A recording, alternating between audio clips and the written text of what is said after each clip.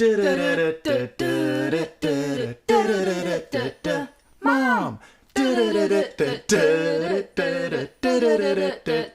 Dad. Juliet. Nui.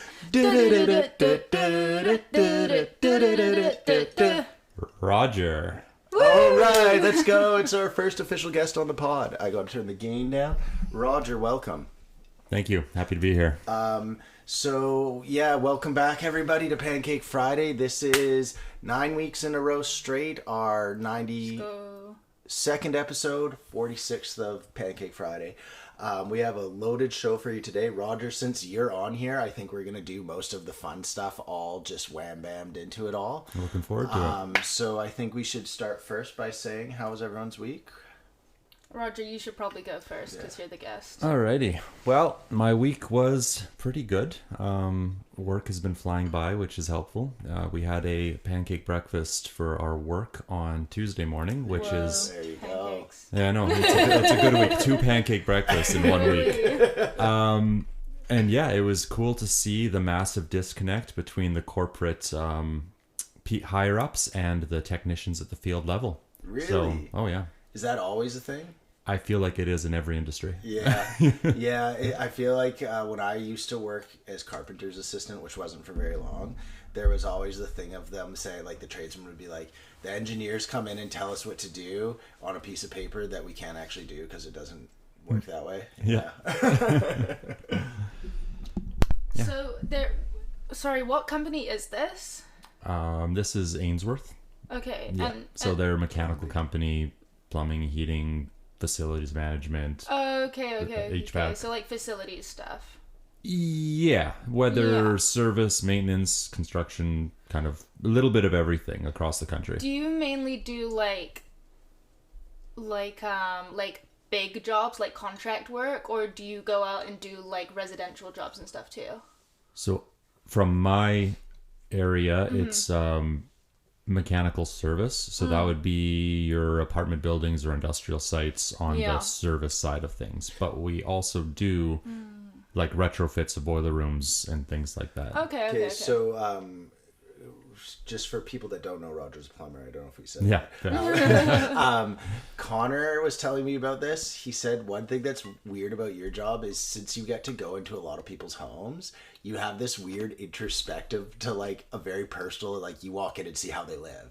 Yep. And is there a weird thing where like, I don't know, you're in West Van, everything's perfect, or it's like, do you walk into West Van, there's like a lot of pack rats and stuff like that, or like weird just things like that? What's a pack rat? Someone who keeps everything. Oh, like a hoarder. Hoarder, yeah. Oh, okay. Yeah, you see it all no matter where. So there are people who have lived in nice homes in West Van that have just kept every single newspaper they have.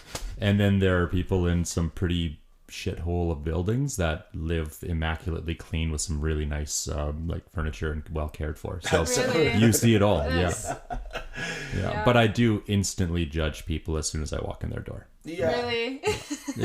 Don't comment, Roger. Don't comment. Don't look at ours. You're gonna junk everywhere. Yeah, because Carter was saying that to me, and I was like, yeah, that is a really crazy thing, because you can have such a public image, and everyone thinks something of you, and then they walk into your home, and are like, what the hell happened here? Yeah, I've experienced that. I think it was my dad's cousin or something. She passed away, and she had like a pretty high up government job. And then they went into her house after she passed away, and she had like 10 cats. Did they eat her? No, she wasn't in her house when she passed away, but they had to go like clean it up.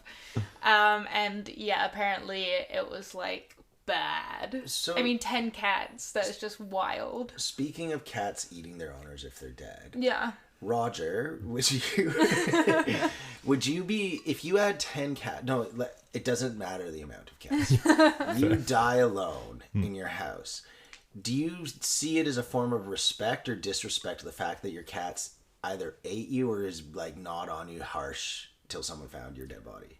I feel like it's just sums up cats perfectly. Yeah. Like I wouldn't take offense to it because like that little house asshole it hates me but needs food from me, and That's the same way I feel about cats. Yeah. See, like, I don't know, like, thinking of it just now on the spot, if I died and you guys ate me, I'd be like, nice. We have a different relationship. Yeah. I was like, yeah. You guys never want to eat me? No. Well, it depends how you prepare you. Yeah. That's what I'm saying. That's very true. What if we marinate my toes in some teriyaki? Do you know what I'd be down for? If it was like apocalypse and you like chivalrously offered up your leg and we just like tourniquet his leg, chopped it off, spit roast it on an open fire.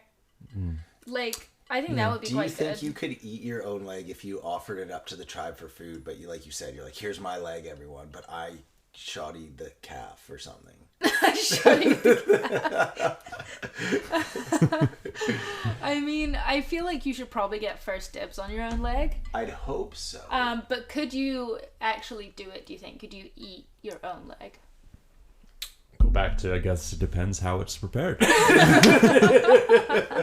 Like, if it tastes like leg, I probably wouldn't be super into it, but I haven't tried it. But like the method the Pacific Islanders did back in the day of legit like roasting people in the sands with all the coals and stuff to make, well, they do that with pork now. Yeah, As people but at they one did it with point? people? There were a lot of cannibalistic tribes on a lot of islands out there. Jesus. That's cray. Can I pivot the question of if you'd eat someone? Would it make it easier if they were your enemy? Would you eat? Because, like, I wouldn't eat you because you're my friend. I think it would. Yeah. Yeah. I don't have enough enemies to... And then I feel like I wouldn't want to eat my enemies. I would want them just to be dead elsewhere. Dead elsewhere. Fair. Okay, well, this is a little awkward, or like... This is normally how your podcast goes. Oh, right? yeah, no, yeah. It always ends up with eating the dead. Most of them come back to us convincing, like, cannibalism is okay. As long as you don't like them that much. Yeah. So, on the note of enemies, this is a question I heard that I thought was hilarious. Okay. And I'll tell you what most people answered after. Would you rather see a friend succeed or an enemy fail? That's a really tough question. I'm gonna say enemy fail, like straight up. I'm not even gonna lie about it. It's kind of that short-term high that you really want to chase versus like the long, slow progression of seeing a friend succeed. You're like, no, I want the quick hit. Like, Roger, like 25 years from now, you're like, oh yeah, he did it, I guess. Cool. Yeah. Like, here we are at 60, we all retired, yay. But like seeing that guy lose all his money was awesome. Yeah, I mean, I think I clearly am the minority because every single person, this was on a different podcast, there was 8 of them, and every single person said that they would rather see their enemy fail. And I thought, like, that's whack. I would want to see a friend succeed. Like an idiot. It is kind of whack, but like I feel like it would just satisfy me so much. You know what I mean? Like the satisfaction would do it. It kind of reminds me of England, that statement, because correct me if I'm wrong. I hear a lot of people say this from England. When you're in England, people say, Roger, you're like, I'm gonna open up a plumbing company. People here are like, cool, good luck. People in England are like, my ass, mate, and they don't think. Yeah. Yeah. But it's like, it's not like that. It's just like you tear into people because that's just what you do. Especially if you like them. That makes less sense to me. No. Roger, I like you. You'll fail. Like, I don't know. I feel like English people are just like uncomfortable being like really nice. So they just like are super mean to each other, but it's a display of affection. Sure. I honestly, that's the thing. Do you ever pick that up off of me, Roger? She's being really mean to you. You're like, oh, it's because she likes me. Yeah. Probably, honestly. It's just how we express ourselves in England. Like, it's all good. Keep chatting. if my friend, when my friend told me that she was married, it's like, wow, you found someone who'll actually like take you. Yeah. And I'm actually the happiest in the world for her. But you don't say that. No. You just God forbid. think it on the inside. Yeah, you never and then show come out with an vulnerability. insult, you know? Yeah, exactly. Okay. This is actually, I wanted to start the podcast with this, but I got a little rattled because I was excited. Let's talk brunch here. Roger, I have a lot to say about this, so I just want to start your opening feelings. Like, what do you think of brunch? Like, just blank statement, brunch. Right now it's a blank statement. Okay, I am pro brunch. Okay. Yeah. I too very recently am pro brunch. I just want to say I was never a hater of brunch. I was like, fuck brunch. Like, that wasn't me. Maybe it was. I could see me say that in the heat of the moment a few times. But I have mixed feelings about brunch. Love the food. I like the time it's at, but the lines and how you're always like, it seems like brunch you have to be cramped in next to too many people. Is that like part of brunch? Or is that just me? No, I don't think that's part of brunch. I mean, you're saying as well, you're like going out for brunch, but brunch doesn't have to be like, brunch is like, can be something you cook at home as well, right? It's just a meal. Do you think that? I would never refer to it as brunch if I made it at home. I would always refer to it as brunch if you're going out and meeting people. Otherwise, it's like, if I wake up at 10 something on a Sunday That's and brunch. Yeah, but I make breakfast. I call it breakfast. I'm just lazy and late. Or it's a big breakfast that'll tide me over till an early dinner, but I never call it brunch. Yeah, no, but it is brunch. It is brunch. Brunch is the time of day, right? So brunch is the in between breakfast and lunch. That's why I think called brunch is the people you're with. Yeah, no, I agree. It's the emotions you feel. No, and that's what it's about. It's like, name one good thing to eat at brunch, and I can just list off people I go to with. You're like, what'd you get? And I was like, Juliette and Neve were there. Okay, so back to what I was saying. Do you not agree with that, though? Like, I just find whenever you go to brunch, it's all, like, again, I like it, but I just get super stressed out and find I'm always enclosed. Or is that just me? I think it depends which restaurant you go to, because if you're going to use a Jam Cafe, which always has a 40 to 2 hour minute lineup, or there's some nice diners that are known for their brunches, those ones are like, that's their thing. That's their, they don't have dinner. They don't have anything else. They're like, we got to pump out like all these. Yes. I know. But like, then it justifies them not being open on, you know, Tuesday afternoons. Jam was what I was thinking. And like OEB as well, right? Yeah. It's only open from like 11 till 3 every day. Okay, so now if you need a few minutes here to think about it, do you guys have, ideally you can give like a top 3 or top 2 brunch spots, but do you have like a few spots you prefer for brunch? I have some that I've been to that were like really incredible, but I don't remember the names of like one of them. That doesn't help us. Roger?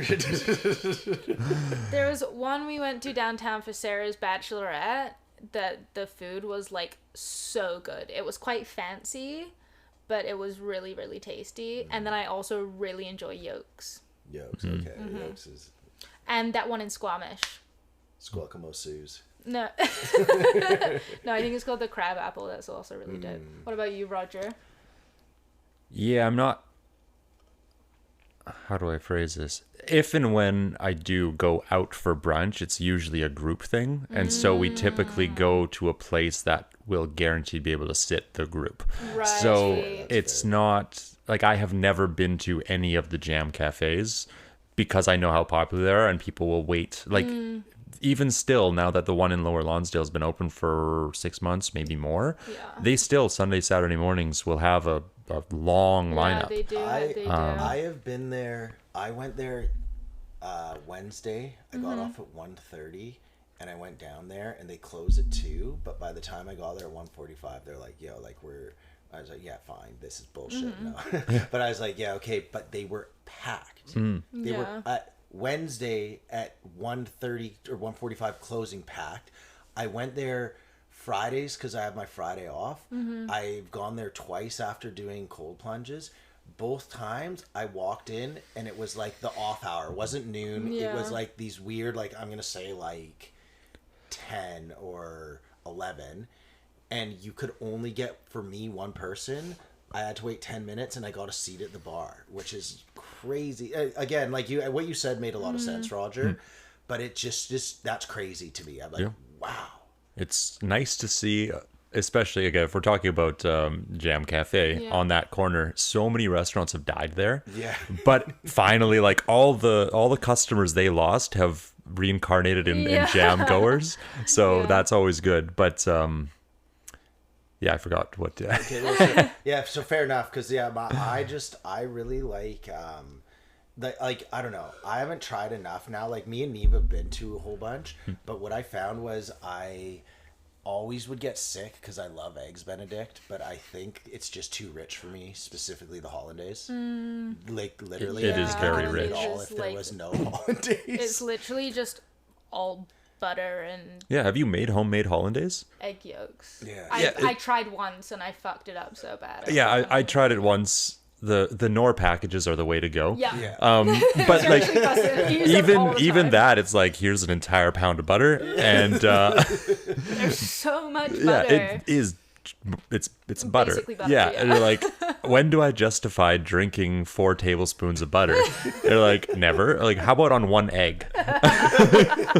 Yes. Yes. The egg will soak it up, right? I'm not gonna lie, the hollandaise is so good. It's because it's butter. It's so good. Do you know what? Is it really any worse or any different than mayo? It's pretty much just mayo, right? Like the same concept. I guess a whipped oil versus butter.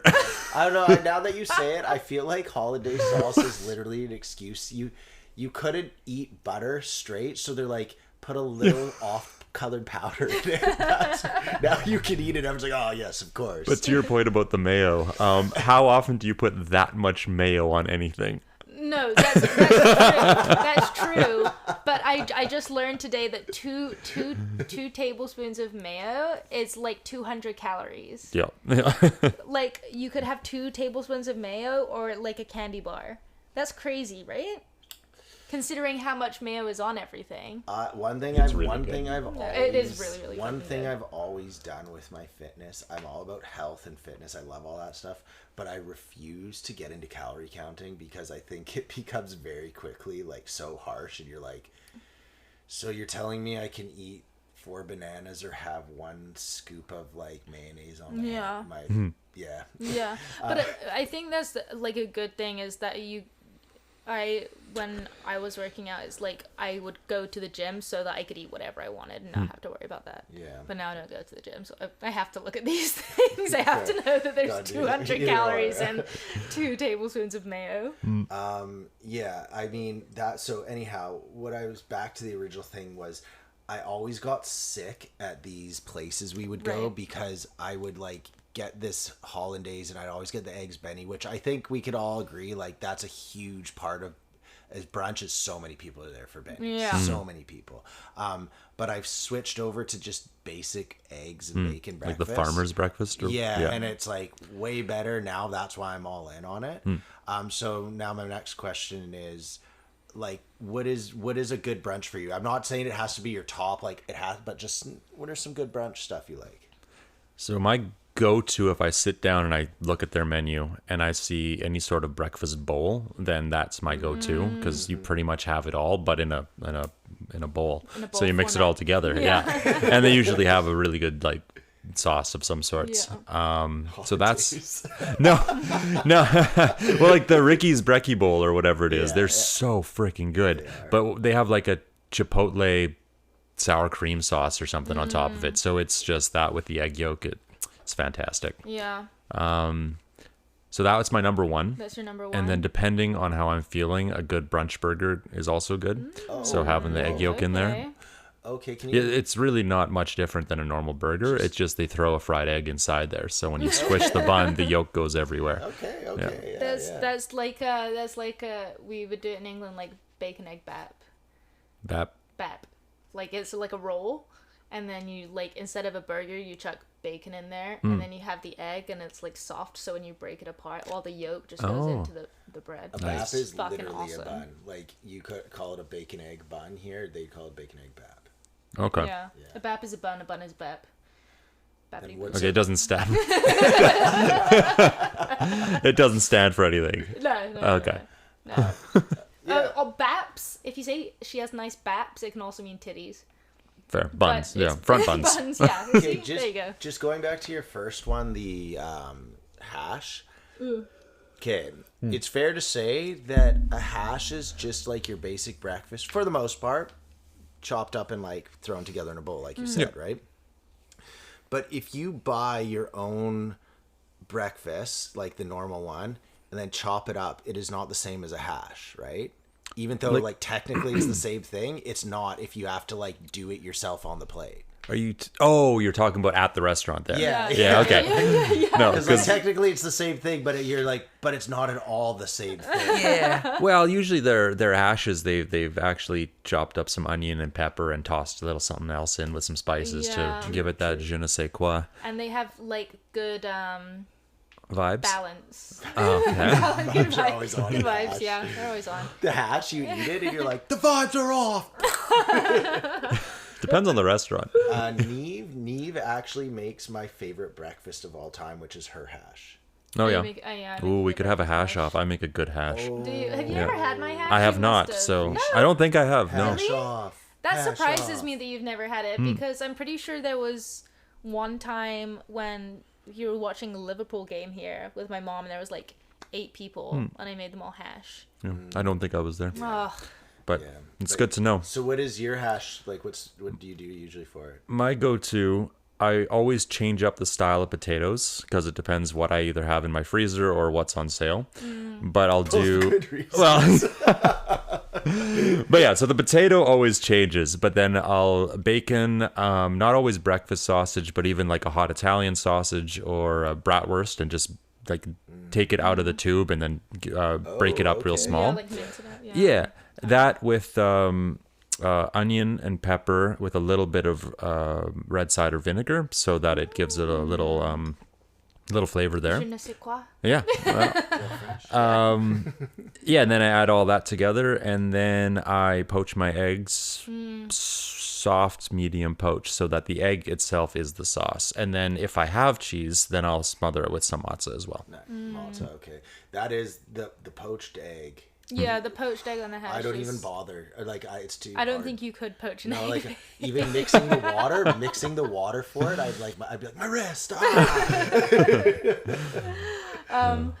I do kind of similar, to be fair. Like instead of I don't like onions, so I don't use onions very often. I'm getting better though. I ate a tomato pizza today with That's actual how you bits of know. tomato on it.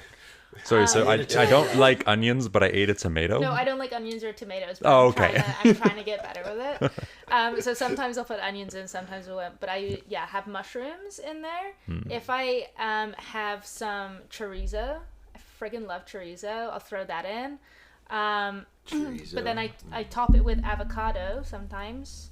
That's a good And I call. use the hash browns that you cook in the oven, like the puck ones, and then cut them up. Oh, with nice. Scissors. Those are good. Yeah. Yeah. Yeah. Yeah, if I I think had we- leftovers of those, I would use those. Yeah. So yeah. I think Yeah. we should have a hash off. I'm just Yeah. trying to Oh, for think. sure, we should have a so hash off. if you're to make a hash,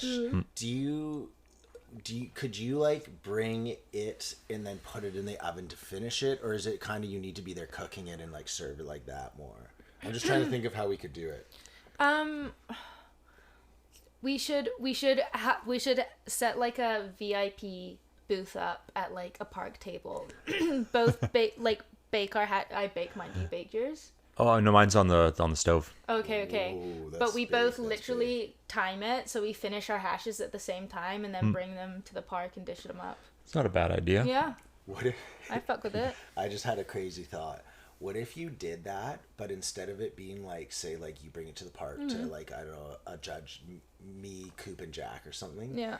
You literally set up a booth and like people passing by, they have to vote. And you give them a scorecard. We could totally do that. Like, That would be so funny. we could do that at shipyards. Yep. Yeah, it's like there's so many Like, people just at make shipyards jumbo all the time. hashes and just yeah. like be like, vote for the hash. And then... The first person you serve happens to be a food inspector. You're like, well, fuck. Oops. He's like, the taste pass, but the safety standards are no. The safety failed. Where are you washing your hands out here? In the mist station. You just like jump in the ocean. Like, I'm Okay. washing them here. I just want to give a shout out to a few things at brunch. Okay. Bottomless coffee. Really weird, wacky designs that like you go in and you're like, oh, this is weird but cool. You know those places like you can't really put your thumb Like on. jam? Well, yeah, jam, but I feel like there's a few of them like Catch 122 and stuff like there. You go in and it's like, I'm like, okay. A little bit quirky. Deuce Diner, another one you walk in. I've and it's been like- there. Oh, That's a I good love one. Deuce Diner, So yeah. I want to give that all a shout out. The scrambled eggs, give you a shout out to. I have a shout out to eggs, honestly. Yeah, They're yeah, such a yeah. diverse Yeah. almost baby. It's Fetus. it's weird. I was not into eggs. Like, so in high school, I used to crack eggs and drink them for protein. Oh. Just like that because it was the stupid thing. I was like, no, it's raw protein. It's good. Like, there's a ton of other ways to get protein that you don't have to do that. But I just never was really into eggs. And then Neve made me a French omelet and showed me how to make them. Oh. And since then, all about eggs. Fair. There's so many ways you can just think about breakfast. Yeah. And you can do so many different things with eggs. And then if you start thinking about like the shakshuka or the dish, a tomato thing with the cracked Fucking eggs in love baked, shakshuka. it's so you can do dinner, you can do a lunch sandwich, you can do anything for. Shakshuka? So it's like a like a tomato-based stew, It's I think Middle Eastern or maybe even I think it might- Israeli. Might be. Yeah. It's definitely Middle Eastern of some sort. Sounds Lebanese. It's Could be. I mean, could be. Who all knows? intermingled. But yeah, go and explain. But yeah, it. then as when the stew is all pretty much finished, you crack a number of eggs if it's all in a big cast iron dish. So they're spaced out, and then you bake it for not too long. So the eggs are cooked, but they're still runny on the yolk. And then you just scoop that, toss in your bowl, and then as you break up the egg, and then it's so delicious. Yeah, it's really, Yeah. really good. And Yeah. it's definitely like a savory, hearty meal. But I guess you could have that for breakfast too. You can put eggs with like everything. One things I learned recently is to crack an egg into a soup. And Like it, a bowl of make- noodles. Yeah. Oh and yeah. not even noodle soup. It was like a Ramen? no, it wasn't. It was like a Nordic type of soup, like a broth with meat and potatoes. Okay. And they were just like, crack an egg in at the end, and It makes it so tasted creamy. so good. Yeah. Yeah. Do Nordic countries have eggs? I thought they just had rocks and ice. Or is that wrong of me to assume that? They in the late Viking era they discovered trade, and so Course trade. You have rocks and ice. Crazy. have That's on me. eggs. That's on me. That's a little ignorance on my behalf. Yeah. I'm gonna go grab some more wine. Does anyone need anything? Are you not gonna have that White Claw? No, I'm still gonna have. Or do you want it?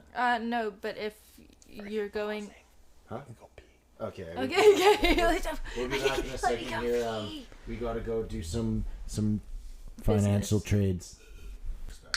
And we're back.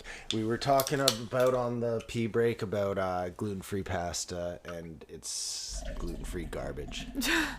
I don't think it's that bad. The one that we had last night was pretty good. I'm not. I don't mind it, but I'm not a pasta person. No. I find in general a lot of pasta upsets my stomach. Or maybe the gluten-free pasta won't. Ah, you see? Okay, so I want to get you guys a little pissed off here. Oh God. Okay, so I'm going to tell you a story. No, stop it. You don't get this. Get out. Okay, so I was talking to my boss, and he was hanging out with one of his friends, okay? And I don't know, I don't think it's like, I don't know if it's his friend, but you'll understand why soon. But it's someone he knows, okay? And they were talking, and now his friend, my boss in his own right is a very successful man, but his friend was a billionaire, okay? And they were chatting about stuff, and his billionaire friend was talking about how much of a burden it was to have that much money. And good on Peter, he said to him dead straight right away, well, then give all your money away. Or not all your money, like give money away. And the guy literally didn't know what to say to him. And he's like, what do you mean? And he's like, well, like, if like, seriously, and I think this is true. Like, if you have so much money, you think it's a burden, then just walk up to someone on the street and be like, here's 10K. Yeah. And then go to someone else and go, here's 10K. And I can guarantee you, like, 99% of the time, the person will be like, you just changed my life so much. Yeah. And anyhow, I just wanted to kind of inflame you guys with that statement a bit, because I just felt like we needed to get that. So what do you think of that? Well, I will say that that's upsetting to hear, that someone with literally everything is blaming the everything for their problems. God. Isn't that crazy? That is crazy. I just thought, when I heard that, I was like, I'm like a little upset, but it's also like, it's like a side of like you're like, yeah, I mean, I guess just shows you, like, if you have money, you can find something to complain about. Yeah. Of course. But you could just take on any project and not have the burden of failure, because you could be like, this street's a little broken. I'm going to just talk to the city and fix it because I don't need to work. I could just walk in there and just say, like, I'll even fund it. Like, you can do almost anything with that type of money. Yeah. That's what I was thinking. Like, could you, if you're that rich, like you're unlimited money, you're billionaire, multi-billionaire, whatever. Yeah. Could you walk up to the city and go, I've noticed Delbrook is shittily paved. Can I pay for it to be fixed? Like, is that possible? Or I'm pretty sure. No, like, I'm pretty sure. I don't think it is, though. Why? Because I think there's so many, like, okay, I don't think you would meet a person that works in the government that would go, no, you can't do that. Like, but I think by the time you put the money to use and it goes through all the things, I bet you there'd be so many things that you're not allowed to actually put your own money to fix the street unless it's through, like, the government processes. Yeah, I feel like you'd have to follow government processes. And a lot of people want to stick their fingers in it. It's probably to the point where you're like, you know what, never mind. Yeah. So that's a fair point. Yeah, that's a fair point. But you would hope that maybe they'd just say, like, you know what, we'll take a blank check and we will just get our concrete crews on this. Yeah. Like, right? Like, you'd hope so. And yeah. Because I remember when the Notre Dame church caught fire, and like billionaires around the world flocked together to say that we're gonna donate X amount of money and we're gonna save this, and then a few years later it came out that none of the money came through. Wait, what? Really? Because all the billionaires wanted to make sure their name was stamped all over it. And they're like, well, no, this is a church, so we're not going to be like putting up plaques thanking you and all that shit. Well, good that they did. Surprisingly, the church didn't write that. I'm not speaking with 100% fact on that, but I do remember reading the gist of what I said. Oh, it's okay. We don't fact check on that. Okay. Roger, we have a saying on the show: we are not the purveyors of truth. If you start spreading information from here and it's false, that's on you. Yeah. Don't believe a word we say. And it's on you, the listeners, for taking it and running. Take accountability. Yeah, that's. I can understand if you're donating money to it, why you might feel like you should get something of like, hey, I was here. Yeah. But at the same time, I don't think like it was Derek who has $5 million and gave 500 or $1 million of his to fix the church. It was people that were filthy rich doing it. So you're like, screw you. This is peanuts to you. So just get out of here. Yeah. Huh. That's crazy. Okay, Is the door open? Yes. Can you shut it, right, please? the The mosquitoes. mosquitoes. Oh, no. They're gonna eat me alive. Okay, this one's a mouthful. One sec here. Okay. So I don't know if you guys have heard about this. So first off, do you guys believe in conservation of the planet? Conservation of the planet? Yeah. Like, yeah. believe in how? As in, like, we want to save the planet. I'm just gonna say I do. I want Yeah. to save the planet. I don't think it's. I think it's past the point of no return. So like it would be a nice idea to do it, but is it gonna make a difference? I No. don't think We're so. not talking. We're not talking about point of just like the thought of being kind to the planet and keeping it clean is good, right? That at Yes. face value, yes. Yes. Yes. Okay. So, have you heard about the nodules on the ocean's floor? No. Okay, this is wild. So, the ocean floor has these new like nodules. They are polymetallic nodules and Discovered or put there? discovered. Okay. Okay. Now, what these are is they're high in like basically everything that runs our world. So it's like cobalt, zinc, coppers, like the things that we need for batteries, our electric future. Yeah. Okay. And what they are is like literally picture them as little nodes. They look like just rocks on the ground. They're like really dark black, but they're at the like very bottom of the ocean floor in the Pacific. Yeah. Their estimated value in minerals is $16 trillion. Okay. Now, they've also discovered 98 different forms of life that only like come around these nodules. Okay. Now, with what we know about the planet and with what we know about like how messing up little things makes big consequences, do you think it's a good or bad idea for them to start mining the ocean floor for this stuff? Because the thing is, it's our future. Like it's basically like we've kind of discovered a new thing to power all of our electronics, even though it's not literally a new, like it's just a high density of that stuff. I mean, like, in theory, no, but is that kind of just evolution and like people evolving and finding the resources that they get? Do you know what I mean? Like, is that just a natural thing for us to do? Is we find a resource and we burn it all up? Like, I think so, and I am. In like theory, it wouldn't be a good idea to go down and do it, but like I think people are gonna do it anyway. So And one thing I will say, this is it's a very straightforward process. It's not like a thing where they're like they have to like shoot a whole bunch of like petroleum down into and blah blah and extra. It's like they just have to literally mine the stuff. So it's not like they're fracking or some like crazy offshoot. yeah, I mean they're still at the very bottom of the ocean, and that's super like dangerous to try and get there. Yes. It's not like an easy thing to do. What do you think, Roger? So I would be against it, not because of any of the like potential pluses. It's just with how the world goes, a few people are going to get a lot of that 15 trillion or whatever you said. 16, but yeah. And yes, there will be advancements and like potential. Well, we say cost saving and all this stuff, but like things haven't, even with a lot of high efficiency and all that stuff. Like everyone wants to get their cut no matter what. So yeah, we could make a lot of people very, very, very rich by destroying the the ocean, which is kind of what we've been doing for the last couple hundred years. Yeah. So if it was just out of reach, unless we wanted to really do some damage, it'd be like, no, I'd rather we just didn't.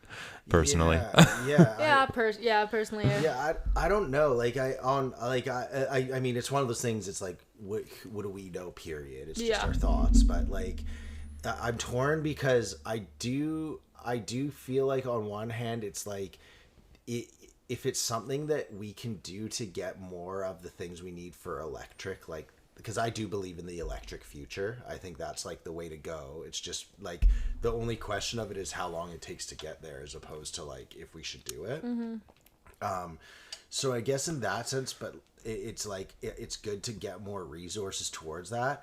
But like you said, Roger, I just feel like there's too much like it's not like the reason they're doing it isn't to advance things. It's just because there's $16 trillion of it. And that always is where I'm like, yo, it's a little messed up. But then there is the thing of like, again, going back to the life forms they found on it.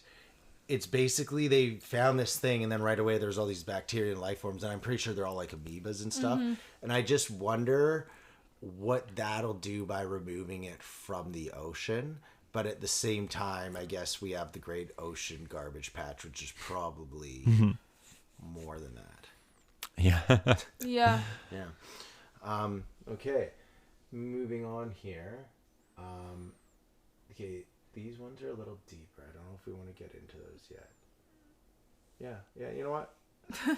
Fuck it. It's your podcast. Yeah. So, I want to say about a year and a half ago, me and my mom had gone through a bit of let's just say it was like a little emotional thing between the two of us, and I was kind of in a down place, right? And a little girl shows up at my door. I'm gonna say she's like 16 or 17, and she's like international children help thing, right? And she's like, could you donate me money to our cause? And it was all, that's what it was. It was all for young girls, like child sex trafficking for specifically young girls around the globe, which I think obviously everyone thinks it's a tragic, terrible thing, but like it was at that point specifically because it was around when Juliet was just first born. It was like tugging at a heartstring kind of thing. And so she basically explained it. I was like, yeah, I'll give you some money, but I also don't really have money to be giving to charities. So I told her, I was like, look, I'll donate, but I couldn't give her $25. It had to be like an ongoing donation. Yeah. And so I was like, you know what? Like, that's fine. I'll do it for like 6-7 months. And I told her, I was like, I'll do it, but I'm going to cancel. Like, I can't do it forever. And she's like, don't worry about it. It's no problem. Like, thank you. We appreciate it. So I did it for, again, I don't know how long, a couple months. And then I canceled it. And since then, they've just been harassing me. Yeah, they spam you. They like spam me every single day. I get one from Plan. It's like on my phone. It's like Plan International, but it's not Plan. It's something like that. And every time I'm like getting more and more pissed at them, and then when I see them I like swear down their name, and it's this weird thing of like, you did something good to the best of your ability and you helped, but then at some point you're like, fuck you to them, and it's wrong because they're just doing a good thing. But like, have you guys ever had stuff like that? Roger, have you ever had that? Not to that depth. I was somewhat cornered years ago from the what's it called?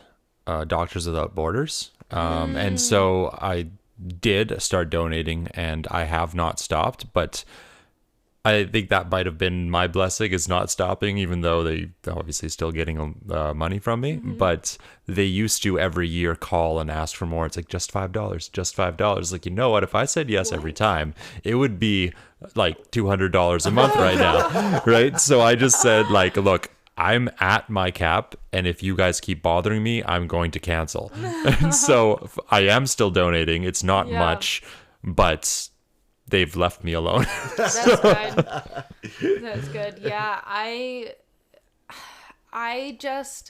don't really think charities are an effective way of doing anything, because what your money is doing is going to pay like higher management as well. Like the amount you pay versus the amount that actually goes to the people in need, even just for resources, is like so minuscule that like I don't want to be paying someone else's salary. Like that's not my fucking job. Yeah. So I believe in charity, but I believe in it in a more kind of like community sense. Like, you help me, I help you, that kind of thing. I don't think me giving money is gonna really make a difference. It's just all marketed to make you feel like it's gonna make a difference. Yeah. In my opinion. But so no, I've never had that, but I've had stuff where I've like canceled a gym membership, and then like every week they're emailing me like, "Are you fat yet?" like, This just seems like an aggressive email. they're like, like "You should probably come back to the gym." Your email's like, "Hey, fatty, get back here." Literally, I had that. I got completely extorted by this one place where I went for HIIT class, like HIIT, like boxing stuff. I literally went for two sessions, and the first session I signed up straight away, and I'm like, yeah, this is gonna be good, this is gonna be awesome, and it was like nearly $150 a month. Oof. And I signed a 12-month contract. Oh no. So I went twice to this. I went twice, and then my money was just being fucking wasted away. And then still after I canceled, they were like, "You want to come back now?" Yeah. You've taken all my money. Like, you've literally made me poor.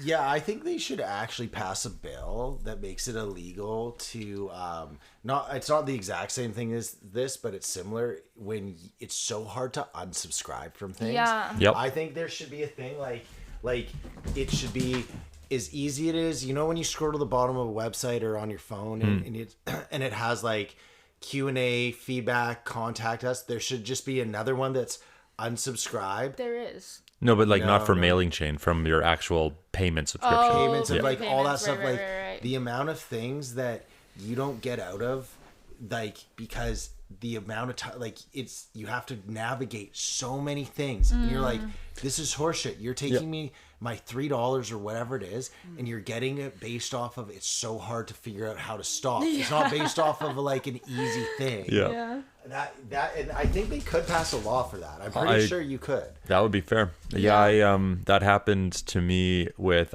last summer. I started doing Pilates, and I did enjoy it. And it was a subscription based where every second week I'm paying blank dollars, and then I get 2 classes in those 2 weeks.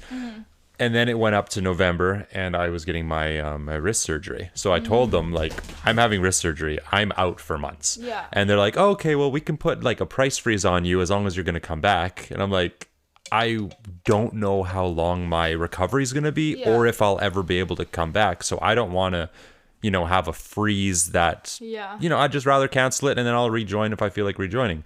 And then they escalated me through 2 or 3 different people. Before the person finally said, after I was like, seriously, I'm going to call my credit card company. Like, just let me cancel this. I've made it very clear for, 4 or 5 emails, 2 phone calls.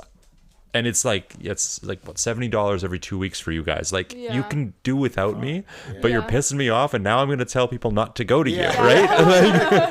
And finally they said, okay, fair. I hope your surgery goes well. And then that was the end of it. But it's like, why is it so hard to cancel something when I've made my point clear? You shouldn't try to convince me not to do what I wish to do when I'm paying you. Maybe it's our businesses. Maybe you and I kind of have a different business, and like, it's your plumbing. You need me when you need me. If you want a massage from me, you come get a massage. So maybe there is this thing of like, if you don't come, I go, okay, Roger, that's fine. Like, whatever. Like, if someone's like, I'm not coming back to your plumbing thing, you're just like, okay. Whereas they have to, like, I don't know, maybe Pilates they don't do is, because I will say this, I used to work at a Pilates studio, and I don't want to paint with a broad brush, but I don't think Pilates studios are things that are constantly just always booked up every single minute of every day. Yeah. It's just not how the profession is. So I can understand maybe that's why they're hanging on to it, but it's one of those things like, from me, if you pester me too much, I think that's the most likely way to make me give you a negative review. Like, what happened to you would have been like, if you didn't like them, even say, you would have been just like, okay, whatever, I just didn't go there. But even though you liked them, but that they do this, now you're on this, like, I'm going to tell people, like, fuck that. Yeah, but I think there's also like a percentage of people as well that will just say yes and be like so easily persuaded, and that's how they make their business, is they're trying to find those people. That is true. Find the wheat amongst the chaff. Because a lot of, let's say, like, you're Fit for Less or whatever, where it's super cheap. It's so easy for people to just keep paying that and not going. And that's almost their business model, is like, we don't want everyone who pays $4.99 every 2 weeks to to show up, because then our Yeah. gyms will be packed. Like we want you to justify staying at home because it's only $4.99 every 2 weeks. I've been subscribed to Planet Fitness for 4 years. There you go. And I haven't been in at least 3. Yeah. Prime example. You are the best customer they have. Neva spends so much on fitness she's never used. Yeah, like a stupid amount on fitness that I've never That's used. when I lived in Kitimat, there was 2 gyms. There was one was the like rec gym and it was small, and then there was the Uptown gym, which was a private one. And at one point I had thought about buying it because, just for the record, everything in Kitimat's super cheap and like it's just different. And I talked to the owner about it, and the first thing they told me, because I knew them, and then I was like, so your business, like, what's going on? Because they had talked about getting out. So they were like, air quotes, a friend. Mm-hmm. And they right away were like, don't own a gym. And I was like, why? Well, because this is what happens. So let's say you have the Derricks of it, where I'm just going to pay for it and show up every week. Yeah. And then you have even the Neves of it, that they're going to pay and not show up. And you can rely on them, even though you don't want to rely on them, but you can like rely on those. But then you have this weird spike of people coming and going that they want to try the gym and it's not for them.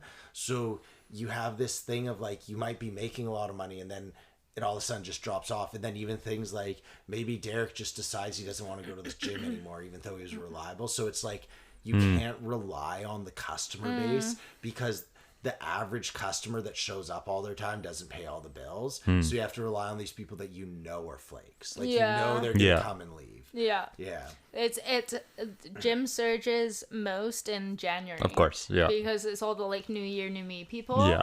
And then guaranteed like I would say a solid percentage. I would say almost probably 50% are just going to continue paying for that. Yeah.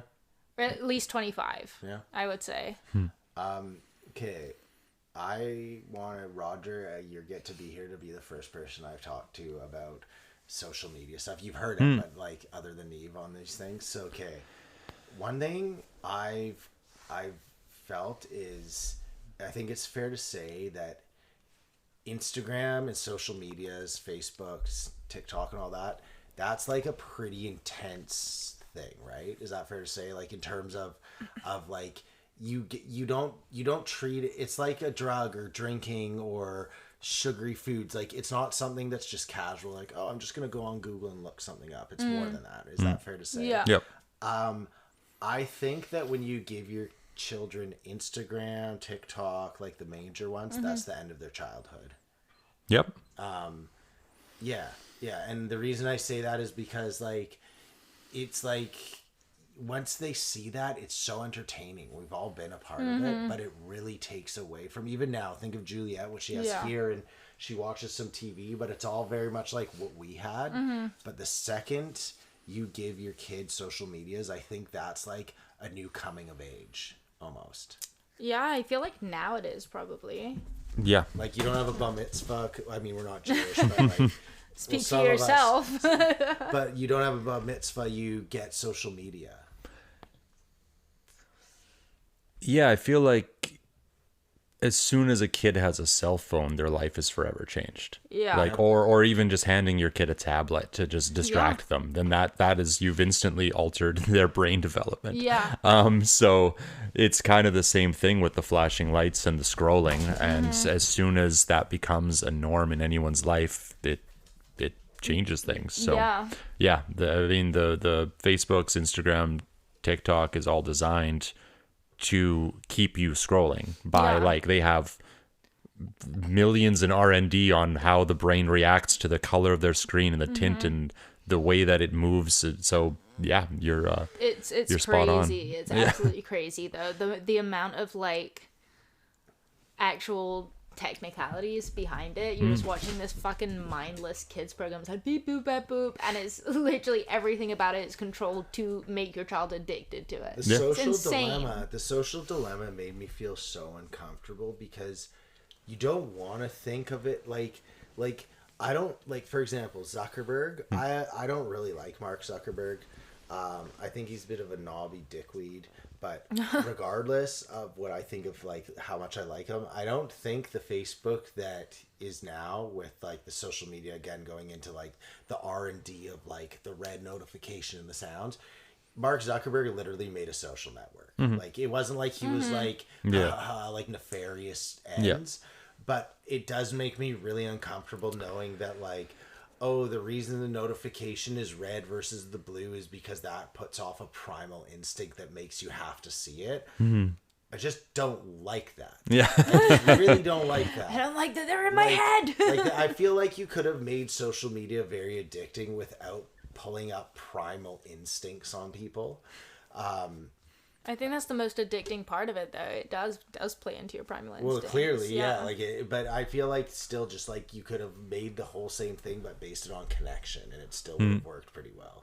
Maybe not as good, but it was well. So going farther into the whole Instagram and all social media stuff, I think that if you want to say all the phone stuff is bad for your like overall just like it's an addicting thing, I think shorts, TikTok is actual brain rot. Like genuine brain rot. Because I think that it like actually rewires your brain to not be able to pay attention. Oh yeah, definitely. Yeah. I've even discovered that about myself. I used to, if I was on a coffee break at work, I would read articles and actually like read multi-page things. Now I can like actually notice myself getting incredibly bored and disinterested after one or two paragraphs. And it's all the same style of writing and everything. Yeah. So it is just my attention span has gotten infinitely shorter. Yeah. I also find like I have to have like multiple things going on at once. Like I am consistently like will just have like a video on for something. You know, like when I'm working, I have like a video on my phone, so I'm like watching something as I'm working. Yeah.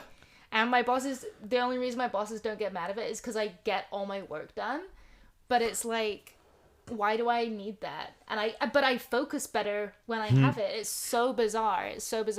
It's the same as like if I listen to music, I'm gonna work better because I have like two things going on at once.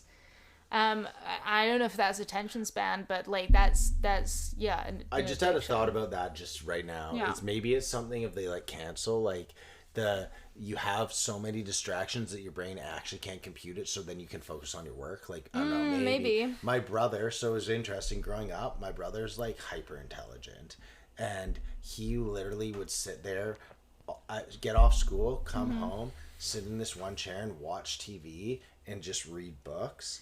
Whereas I literally had to be sent to the basement because if there was like any sounds, it would throw me off. So like clearly is a different brains for those Get things, in the right? basement, Derek. Back to your basement to learn what I never learned.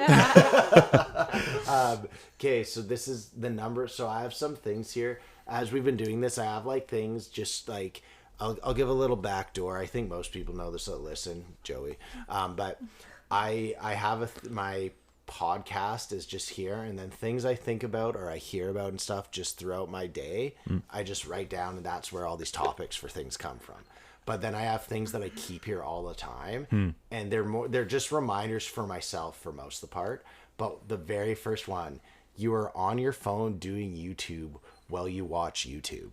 And there was this one time I was literally sitting here, Watching I had my YouTube, computer open, and I was on it doing something. I had YouTube on there, but I was actually on my phone watching another YouTube video. And I was like, this is so fucked up. I have to write it down to like remind myself like, what the fuck are you doing right now? And then this is another thing that is just kind of in the same vein that I have there. We have sacrificed our time for computers, which made us... Wait, what is it? Let's see. We have sacrificed our time. Okay, we sacrificed our time to the computer, which we made to give us more time. And it's like this, the irony of it is like everything about a phone and the internet and social media is so that we have more time to do stuff. But with your more time, you're just on Yeah. Well, it's like the we're more connected than we ever were, and yet we're all so alone. Disconnected. Right? Just to let you know, I also wrote down topics for this week. Oh, you did? Yeah, I Oh, know. Roger, Actually, it is a special only week. 2 things. This is the Neve special. I mean, well, I Yes. mean, like I don't remember like Derek does to write stuff down. Oh, look, a crayon. Just the stuff you find like in between your couch cushions when you have a baby. So can I say one of my topics? No, we're done. See Yeah. ya. Thanks for having me. Bye, George. Bye, George. Okay, so I don't know how or like why I found this. I can't really remember. But somehow I came across reading online, and it was Lionsgate Bridge reviews. And they're Like Google reviews? Yeah, they're like Google reviews, TripAdvisor reviews of the Lionsgate Bridge. And I thought they were really funny. The bridge. But before I give you some of this like prime content, I just wanted to know what your review would be of the Lionsgate Bridge. Okay. And you got to do stars. This is like on TripAdvisor. So it's a 5-star like- rating, I'm guessing? Yeah, out of of 5 5? stars. Okay. Yeah. Okay. So I would just, because I either give 1 star or 5 stars, rarely a 4-star, Yeah. I'm going to give the Lionsgate Bridge a 5-star. Okay. Lionsgate Bridge a 5-star. Yeah, and reasons. Okay. Okay, I mean, this is what we're here to talk. And I gave my justification. It's either 5 or 1, so I'm going 5. So color wise, they picked a good color. Lit up at night, quality stuff. Location of the bridge, like really where the forest meets the ocean and all that good stuff. That's a really good point. When you're on it or cycling over it or even driving over, because I drive over it quite regularly, and as the sun rises and you have the mountains on one side and the forests on the other, it's I'm tearing up thinking about this. They did a good job, you know. So so 5 stars to Lionsgate Bridge. Yeah. Derek? Okay. You know what?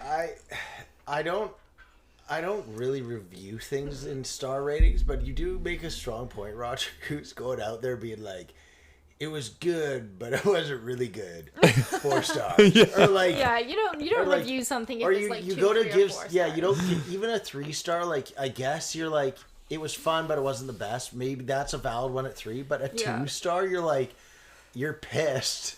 So you're gonna write a review, but it wasn't bad enough to actually trash it fully. Yeah, I'll give it a 5-star. Now my reasons are a little more. Roger's obviously from here, so he's gonna give a bit of a Homer opinion. Yeah. Although I'm from here, I think my reasons are valid. Cause this bridge is motherfucking sweet. No, I actually have no reasons. Roger brought up way better points than I could. I'm giving it 5 stars because there's lions on it, and they dress them up during the playoffs to put Canucks things on. That was pretty cool. that's They fun, wear yeah, scarves, that's fun. and also And Christmas time, Yeah, Santa they hats. do, and it goes into Stanley Park, which I'm a big nature guy. Apparently, Stanley Park is, I think, the biggest freestanding park in North America now, or something like 10% bigger than Central Park in New York. that. Yeah, so it's a Wow. very big one. And to your point about the like when you're driving it, it's so nice that you can almost get in a car accident because if you look either way, which is really nice, you might crash. So That's why fun. they made it one way. So before Neve continues with the reason she brought this up, do you want to know some Lionsgate Bridge facts? Yeah, give us some fact. Okay, so when they decided to put that bridge in, they funded it by selling off what is now the British properties. So they sold that land to Great Britain to fund the building of the bridge.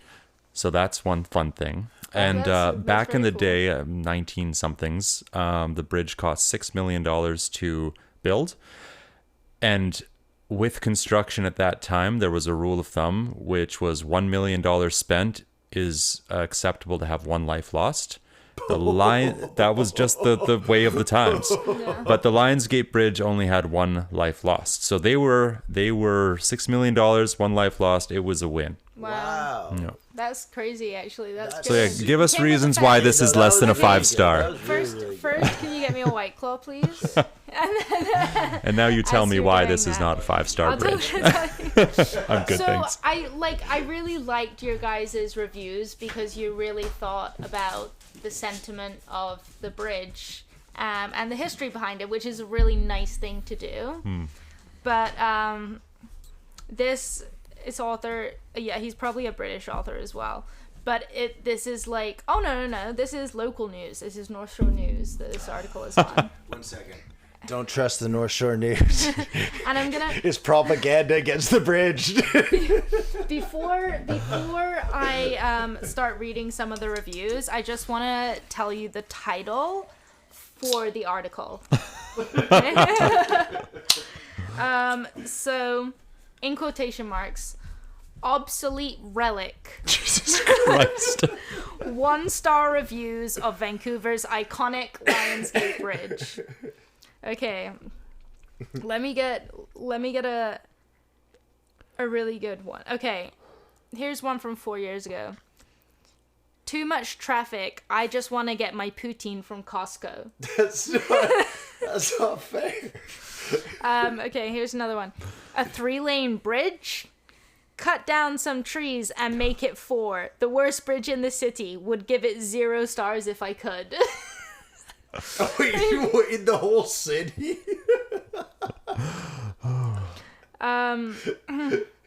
Slower than a turtle stuck in peanut butter. Obsolete relic, needs replacing ASAP. And yeah, I thought these, one of them was just like, I want to know who the idiot is that thought of building this bridge. All right, back in the day when it was built, you had 18 cars in Vancouver. Thank you. And then 18 divided by 3. That's a ton of lanes for those cars. They actually did widen it because it was a 2-lane bridge, and then they widened it to allow the 3rd lane and the pedestrian cycling Widen passes. it again? I feel like Well, think about, and this is everyone's argument, but like, where does the traffic go? You make it 4 lanes, you make the causeway 4 lanes, it hits downtown. It It's stops. still- yeah. It doesn't Yeah, matter that's unless true. you're going to redo entire Georgia and make feeder routes. So just, the bridge is the bridge. Yeah. one person was complaining because they couldn't get to their poutine fast enough. So I Yeah. think that just That's invalidates hilarious. their whole like. And yeah, that's a the very type good of- point. If like, you're like, leaving what's the bad about the North bridge? I Shore couldn't to get get Costco poutine, Yeah. like that's not a valid reason to give a 1-star review. And then also all of those undermine how hard it is to make a bridge. They're just like, why don't they just make more lanes? And you're like, oh yeah, so let's just go add another lane to the bridge. Like it's No, just no, a no. super easy thing to I mean, do. I like the Lionsgate Bridge. It's actually one of my favorite moments and something that I love. Like, if my friends come from England, it's their first time. A 5-star always... memory, you'd say. Yeah.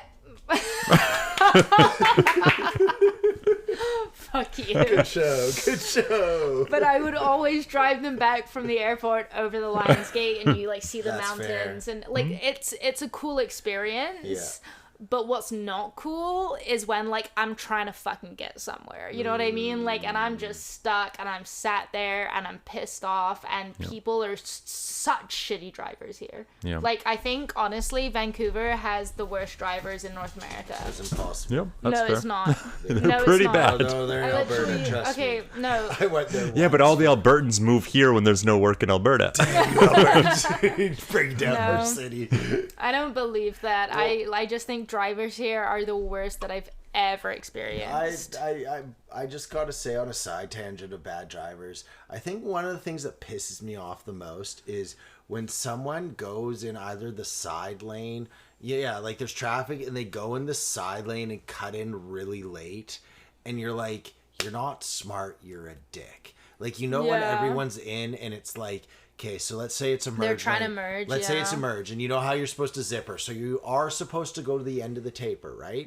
We're not talking about that. We're talking like you keep going past the taper so far, and you cut in.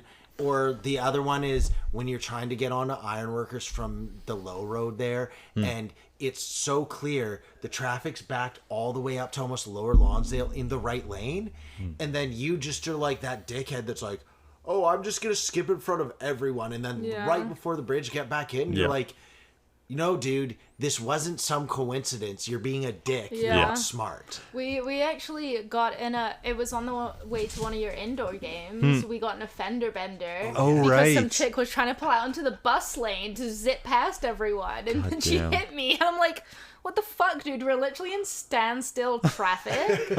How is it now that a collision is happening? We had to give her a hug because her boyfriend. Yeah, her boyfriend dumped her. jumped Derek out of ended the- up hugging her. Because she. Sorry, what? Start again. Okay, yeah. She needed a hug. Explain Why? the story. Okay, so we're low road to, again, trying to get Yeah. on, and there's the bike lane, and she tried to pull in the bike lane to rip past us. So like we're in the right lane. Yeah, She yeah. tried to get righter, and she fender benders us. So we get out, and we're like, Juliet was in the car. So at first we're like, what the? And then we see this girl. She must have been 22, 23. She was young. No, she was older than me. Oh, right. I How old looked was at her she? ID. She was like, I was 26 at the time. She was 28. Okay, so I thought she was a little girl, and she's like, my boyfriend got out of the car and ran away, so I was trying to drive after him, and I guess he We literally felt like really bad. got in a fight with her and was like, fuck that, I'm out of here, and just left. What? Yeah, Yeah. and so I was like, I'm sorry, and luckily she didn't hurt the car. Juliet was Nothing still asleep. happened. So, So Okay. it's whatever. but I was like, it's okay, and I gave her a hug, and I was like, don't drive after him.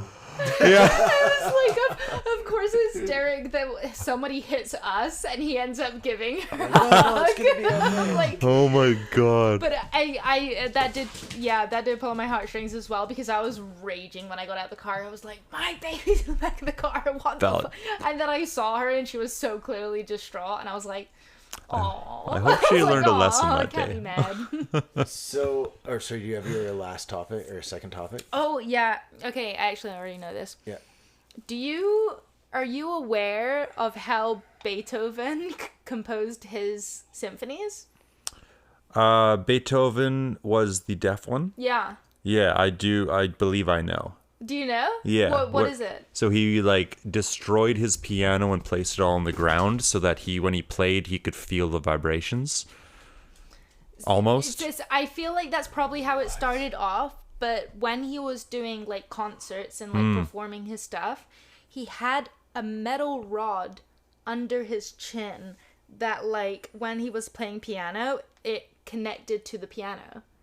So like, you know how grand pianos are, right? You have the keys and then you have like a little thing where you put your music. Yeah. Instead, obviously, he wasn't going to put his music 'cause he can't read. Yeah. So he had like a little metal rod under his jaw that would feed through and like touch the piano so that he could sense the vibrations of like what he was playing. Wild. And somehow through that he could like know the pitch and the like the how loud or quiet it was. Like he knew everything he was playing through a metal rod under his chin that was sending vibration signals to his brain, which is crazy, right? That is crazy. I wonder if the reason his music's so good is because his whole thing was based on all he was Feeling? dealing Yeah. with was vibrations. So yeah, like he felt like this vibration, and he was like, "Oh, if you go like dun dun dun dun, all it is That is the sounds vibration. No, the vibration though like Yeah. feels good. Yeah. That's what music is. And then you obviously hear it and it sounds good, but really you're just feeling the like, Yeah. wow, That's cool, huh? Yeah. I thought you would like that one. I That know one you is like cool. vibrations. Yes. Yeah, take that as you will. I don't know how I knew that either. Like, these are just random things that pop up and then I write them down. But... I do. Okay, Roger, I've asked this before, but I'm just going to keep asking it. So close your eyes right now. Now, I want you to picture an apple, okay? Do you see a literal apple floating there? Can you describe what you're seeing? When you said picture an apple, Yeah. I went to like a kitchen with like a fruit stand with an apple in it. Really? Yeah. You can open your eyes now. So Oh, there's no apple. No, sorry. We don't do apples here. There's a lot of old bananas.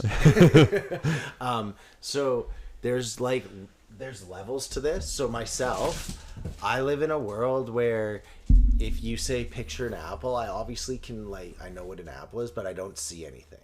I just have the concept of what an apple is. And then there's all the way up to people that have it like hyper vivid, where they like it sounds like yourself. You like can kind of like see more, and there's no rhyme or reason to it. It's not like a genetic thing. It's not like a sign of intelligence. It's just kind of like how you read the world. And I heard about this because one of my clients that cued me into it all. She was saying her dad can walk into a room, look around for a bit, go into a furniture store, close his eyes, and you go, or like say he can go and they go, can this couch fit in that corner? He can close his eyes and like have enough of a thing to go, no, it won't.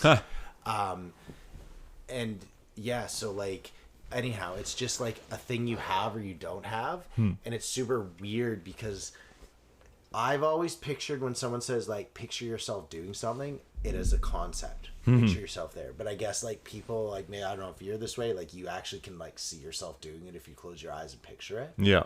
Cool. Yeah. That's wild, right? Yeah. No, I remember someone it was a topic back in the day, or a couple years ago, where some people, what was it? I think it was the inner monologue in your head. And some people do, and some people like, what are you talking about? Yeah. And I think I talked to difference. Curtis about this, and he's like, no, I see, like, he just is and does, and I'm there, like, with a full-on voice. Yeah, like narrating my yeah, own basically, day. yeah. And he's like, that makes no sense. Like, no, yours makes no sense. Yeah. You're psycho. You're lying. I'm living in reality. Mine's like it's like the Truman Show, right? It's that same concept of like my whole day I'm like narrating my life out in my head. Yeah. Do you get that? Yeah. I think Okay. I'm something in between. I have a voice in my head. I wouldn't say I'm like I'm not like this. I'm gonna go over and type on my computer blah blah blah blah. But I definitely have an internal dialogue always going on with myself. Yeah. About stuff. Whose voice did you choose? Mine is actually, what's her name? Mila Kunis. Okay. Fair. Yeah, I went with the classic Morgan Freeman. Oh, nice. Okay, very nice, very nice. What's yours, Neve? Mine is just my own perception of The my own voice. factory setting. Yeah, Factory like said, Siri. hello, You know? how are you? Have you guys used any of the Chat GPT or Siri's like talking features lately? No, but I get spam phone calls from AI all the All time. I'm gonna say is talking to Siri now is way weirder because she says and she thinks and it's very subtle. It's programmed. It's programmed. It's not like she's like this. Let me think for a second. It's like you can hear her talking, and she has little inflections like ums and hms and things that make it way more real. And then she doesn't just consistently keep talking to you. She has these slight little pauses that's like half a second, and it just makes you feel like you know it's Siri, but you're like, ooh, Siri, you sound like you're an actual person that's recorded what you're saying, as opposed to like 2 + 2 is 4. So you're Siri subconsciously sounds a little more disarmed. Yeah. What? Yeah. Did you Yes, Neve. That's like a thing though, right? Like they've made movies and videos and stuff about like the people falling in love with like AI bots and stuff. Imagine like that's what they're literally progressing towards now. Yeah, if you program something to learn a person and react a certain way, you could have a conversation with someone that completely gets you. Yeah. Of course, like you'd And get it duped doesn't into exist. it. Yeah, Like yeah. it's insane. And the thing is, none of us can understand because we're all too social. We have too many people around us that we interact with. If you're actually someone that just for whatever reason people don't get along with you, and it doesn't mean they fight you, they just don't like gravitate towards talking to you or stuff. Yeah, because you're a fucking weirdo. Yeah, you're a weirdo or like whatever.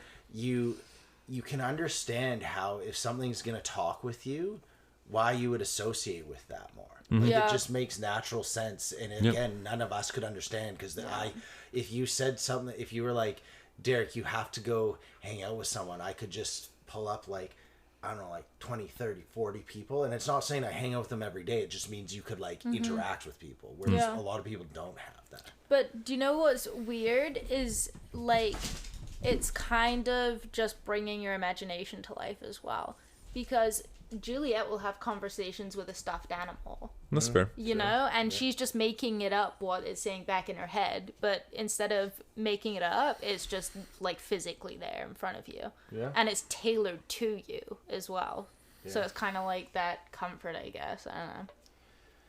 Yeah, I don't know. It's weird. That always, like, that, even that thing of the idea of, like, an AI companion, it always leads into, like, it's so dependent on the situation. Because if you don't have anyone and you actually identify with an AI as a friend because it gives you companionship, then, like, who am I to say don't talk to that thing?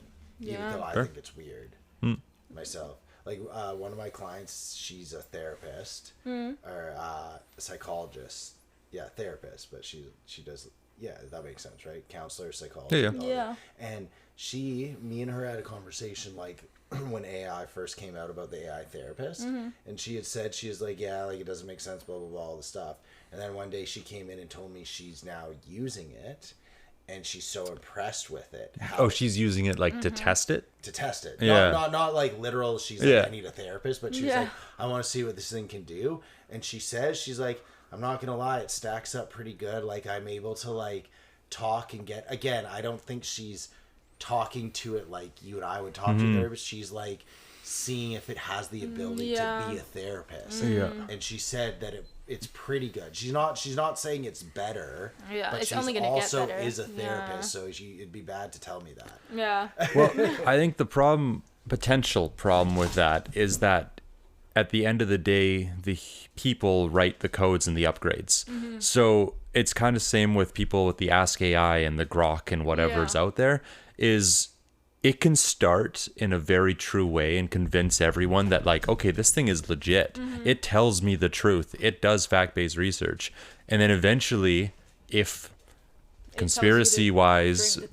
Well, yeah, but slowly, right? Like, people could change the code and then be like, you know what, start doing this. And then the people who don't think for themselves, who have now depended on this thing that they completely trust, are going to continue to trust it. But it's not going to be like, you know, night and day. It just flips a switch and goes like, yeah, go kill people. But like, you know, it slowly could. And so that's a big fear. It's like, I do use Twitter. I don't participate, but I read news and Canuck stuff and whatever.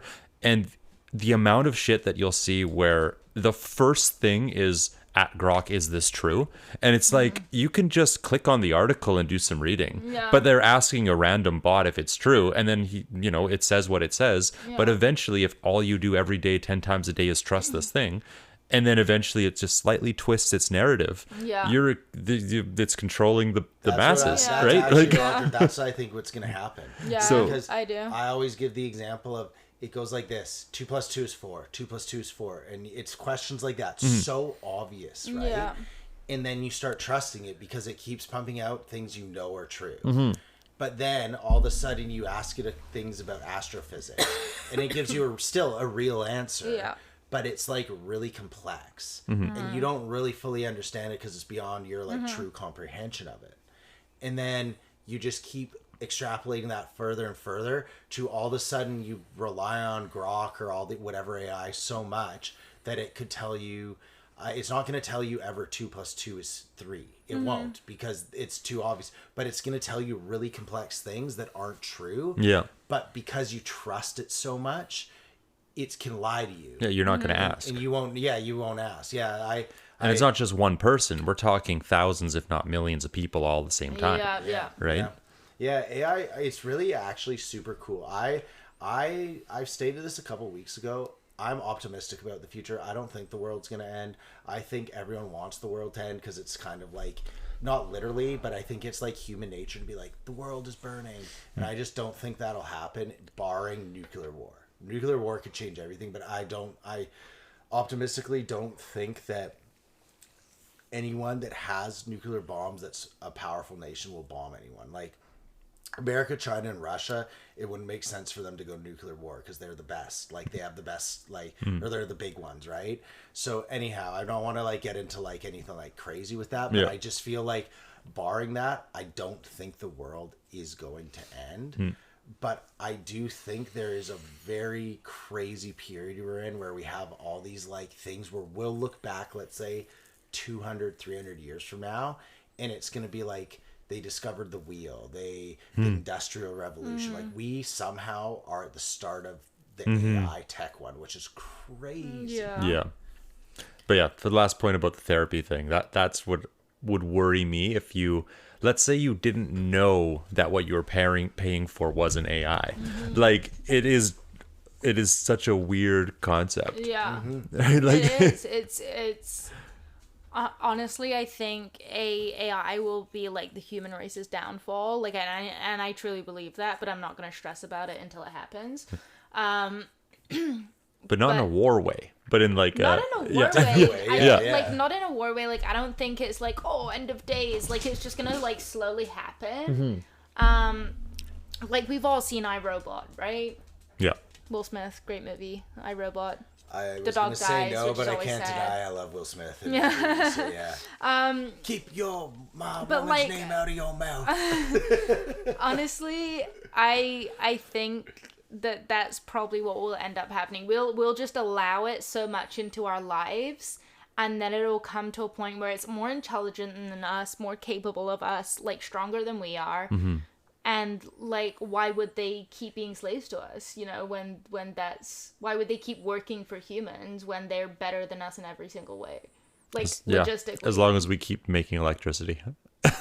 Well, what? Yeah, you think AI doesn't know how to make electricity? Well, it doesn't have hands. What if No, AI... no, but AI that they're gonna put into like robots. Well, that's the thing. Yeah, no, we're like, that's what I mean. It's gonna be a today. slow burner. Yeah. But also, like, think of the advancements that we've made. The first iPhone wasn't released until 2009, and now look at what we have. Yeah. Do you know what I mean? That's not even 20 years. Yeah. So in our lifetime, we're gonna get to a point where they are putting AI in like physical things. They're already doing it now. It's just gonna become commonplace. And when that happens, I think we're done for. And I've said best case scenario, I end up in a zoo. That'd be nice. That like a actually would human be zoo. nice. Yeah. I've changed my view on zoos too. So You could fling poop at the robots. Yeah, exactly. Fling poop with the robots. Do that- whatever And their you want. robot children. You could just act fucking Imagine. crazy, and they're gonna be like, haha, look at that. Like, you could just jiggle your titties around, like, shit in your hand and huck it, and they would just be like, ha ha ha. They're that like, this human's is how so funny. humans acted, and you're like, these stupid robots think this is how we acted. Well, I actually wouldn't mind if you put me on a bike and I had to produce power for the robot race. I could get You'd be in behind that. good shape. Yeah, I'd be like, all right, it's not that. Great way to stay in shape. Roger, we're coming up to an hour and a half here. I could keep going. I just don't want to keep you too long because we still have to do stuff if you have to get going soon. What do you mean by do stuff? Well, we have. Do you have poetry hour or no? Are we doing poetry hour? I don't have a poem ready. I do We not have a poem bold right statement of the week and buy and sell. Okay, well, I would be interested in participating in these things. now. Okay, Cool. okay, Well, yeah. Let's get on to it because we can just jabber forever about the iRobot revolution. Yeah, Fair. you have to like rein yourself back Yeah, sometimes. sometimes I could go on tangents for hours about nothing. Yeah. Yeah. Okay, so I have a bold statement of the week. I don't know if anyone else does, but I do. Do you? No, this is my first time, and I wasn't prepared. Do you? I'll think of one as you're saying yours. Okay, so my bold statement of the week, and I stand by this one. I think we don't need to eat oysters anymore. It just seems like, okay, I just don't want to put this out there, okay? First off, let's think of what an oyster is. It's disgusting. It's literally snot. At the best. If you deep fried, it's deep fried snot, but it's just like gooey and gushy and gross. And when you're making an oyster, all you do is you put a whole bunch of shit on it and swallow it and go like, oh, that was good, okay? We are now making genetically, first off, we have meat that's not even meat called Beyond Meat. And then beyond meat, we are using petri dishes to make actual meat. So I just feel like it's time for us to retire the oyster from the eating thing, the delicatessens, and that is the bold statement of the week. I'm a big fan of oysters, actually, but I understand why you say what you say. Yeah, I will agree that when you're talking about raw oysters, that's a whole thing. And deep fried even too, it's kind of an interesting texture and flavor. But I've always been a big fan, and a lot of people will argue with me on this, of smoked oysters. The canned ones in I the don't think I've ever even fair. I've See, never had a smoked if you oyster. have one, especially on crackers or something, like they are, Really? in my opinion, which is right, We gotta get a tin they of, are delicious. We gotta get a tin of smoked oysters. Yeah, I will. I would have brought one if I will have the Costco pack at home. Whoa, wait, Really? Costco makes smoked oyster. Yeah, back? Kirkland brand, baby. Really? Yeah. No way. Okay. Yeah, they were You an excellent smoked addition to my oysters. backpack during my Fireline days. So Really? it is just chock full of protein and Yeah, good and nutrients, fats. yeah. So yeah, no, Is it I'm really salty? not really. No, it's has a kind of a smoky flavor. They don't look appetizing. I will concede Yeah. that, but they are delicious and yeah, good for camping and hiking too. Do you have anything else with the smoked oyster on the cracker, or like I don't like? Does oyster pair with cheese or? It pairs with AIDS. Sorry, I thought I hit on it there. Yeah, so basically, if I have a Triscuit, because of the texture, that goes really well, but I haven't branched out with cheeses or any other pairings. Okay, But okay. my usual go-to, if I am, let's say, on an overnight camp or something like that, it would just be just raw smoked oysters, as is. So Okay. on a Triscuit. Yeah, or a Triscuit, yeah. So what's your normal cracker for it though? You said a Triscuit. Yeah. Yeah. Oh, those are. Is that the baby? No, it's little kids outside. Okay. Goddamn kids enjoying their life These out on the goddamn kids down there. To call Dusac. The little off tangent here. What do you think of Triscuits? Like, I like Triscuits too, but what do you think of the flavored ones? I would say that they're probably 80% hit to 20% miss. Okay. Yeah, because they have some really good ones, and some just like you're like, okay, that one's a classic. I'm gonna enjoy that with anything. Yeah. But then you look at it look at the cracker aisle every once in a while, and you see something, and you're like, I don't know if I'm gonna like this, but I'm gonna buy it. And then you buy it and realize that you were right. You didn't know if you were gonna Yeah. like it. Like And lasagna flavor. You're like, why is that? well, yeah, I'm trying to remember off the top of my head, I but like the rosemary and olive oil. see that that one- was that one I one was I thinking like. about, and So that's a good. good Those are the one. best And there's Yeah. a cracked pepper one too that's pretty good. Yeah. But the thing, I wasn't saying out of bad ones. It was more, I just think that I respect they're trying to branch out the brand. And like you said, the rosemary and olive oil is good and all that. But I think that just plain Triscuit is so much better than the rest of them. That's like, fair. So much better. Here's my bold statement of the week. Oh, okay. Now we're talking. Triscuits taste like crap. Every flavor. I don't mind the rosemary olive oil one. Rosemary and olive oil. I have another I one. like that one.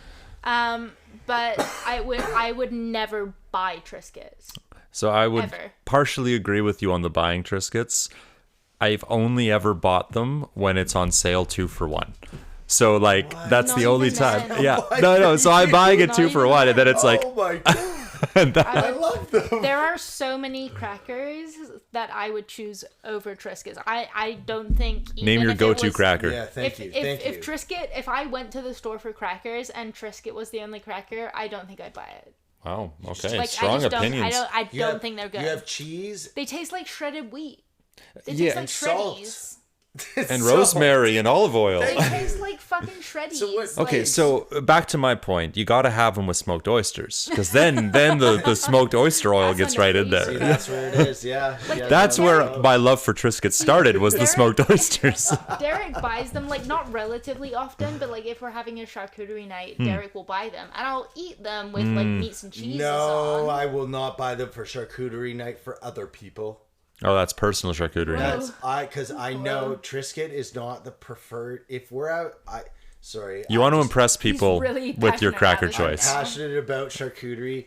I would never put Triscuits on a charcuterie board if you were coming over and it was presented to everyone. That's fair. Oh, so it's just me and you. It's just me that Because gets I to like them. eat the shitty For me, no, shreddies. because I like them. So when we get them, I'm like, this is good eats. But like, if Roger's coming over as a guest, and I again, I wouldn't have known Roger's preference on Triscuits, I would never have selected that as the cracker of choice.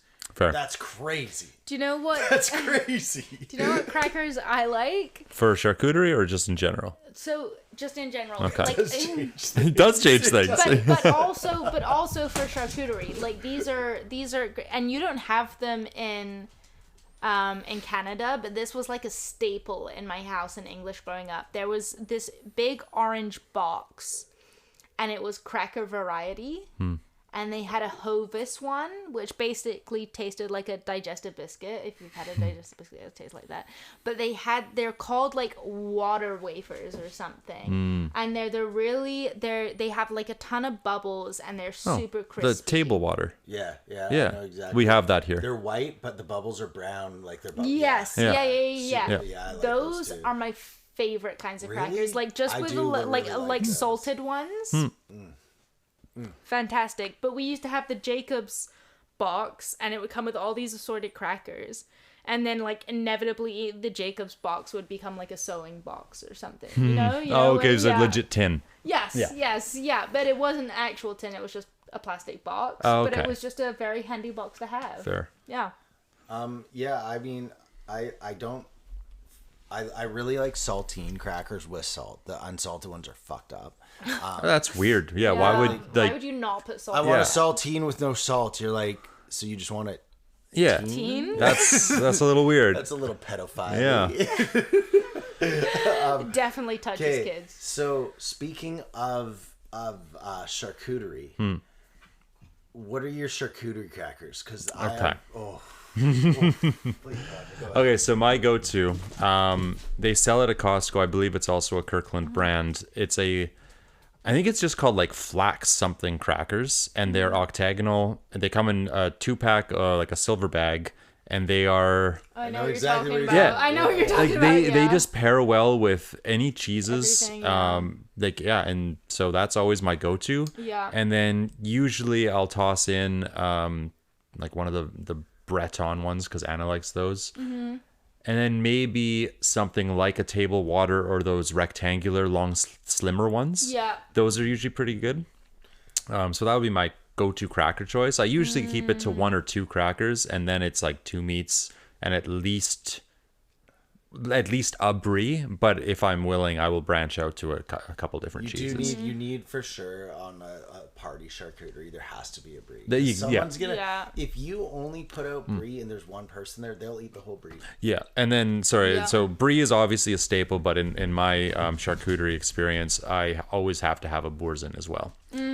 So do we. We What's your always have a favorite boursin. I think you can never go wrong with the garlic and herbs. That's always True. my go-to. For a We have some in the charcuterie, fridge. yes, but like you specifically, what's yours? I don't know if I've sampled them all, to be honest. I think during certain seasons I've tried their cranberry one, which is good, and it has that nice sweetness to it. But I don't think I would buy that on its own. I never buy boursin for personal use, anyways. Yeah. So it's always for the people. But one thing I discovered, I think it was a friend's Christmas recently, is Elliot, he introduced it to us, is when you're making a garlicky mashed potatoes, you yeet 1 or 2 of those boursin cheeses in there, and it just, you have your cream and your garlic and Yeah. your whatever, but it just makes it so, it's cheese, you can't go Yeah. wrong. But Huck cheese and anything. And Yeah. awesome. Cheese in, But get rid of the you- potatoes. just boursin soup. But you have to say it's potatoes. You can't just go with that. But yeah, so food for thought if you're ever making mashed potatoes and Shove there's some not boursin in vegans there. there. Because they do have those little pucks. They're not. I think we have. We them. have They're them actually little right now boursin in our pucks fridge. that they're not the main They're one. like mini ones Yeah. that you Interesting. can just spread in a cracker. Oh, cool. Like have one in a cracker. Nice. And there's a little tub of them. What I would recommend you try, and you introduced me to it. It's by far my favorite. But I will say this: it's my favorite. Boursin is a rich cheese. You can't. It's not that rich. I don't know. Okay, maybe it's not rich, but I just find like I can't sit down and eat a whole thing of boursin, whereas I could sit down and eat my aged Your smoked Applewood. cheddar. Oh, Yeah. okay. My That's favorite is Applewood is That's Derek's that's my fave. number 3. So yeah, I think if we were all gonna make and bring a charcuterie board, we Yeah. all would have had a boursin, a brie, and a Applewood Applewood, smoked yeah. cheddar. Okay, now the big question would is, also what's have your a- number 4? Oh, Okay, see, I'm away from you on that one. Yeah, I would No, not. have I done that. actually think blue would be my number one. Okay. Yeah. But Continue your Borzen Oh thing. yes. You're telling us the best Borzen. So the best Borzen is balsamic fig. Okay, I've had that. It's very good. So good. Yeah. It's so good. But- That's my favorite But too. again, the thing with it is, if you're sitting alone, it's the flavor's too much for you just to be like, oh, I'm gonna have some cheese and crackers and just eat all that. But like, damn, you get a few crackers of that. Yep.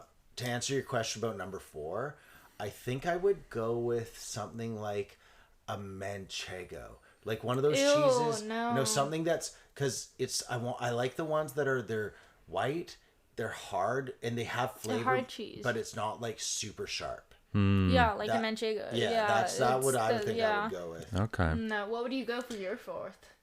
Immediately off the top of my head, I was going to Havarti dill, which is Okay, yeah. it's a very good flavor. But then, as soon as you said you like to diversify your cheeses to have something a little flakier, one thing that, I mean, we're just bringing up Costco a lot here today. One thing Costco has, Today, Roger. I'm trying to remember what it is. It's a New Zealand.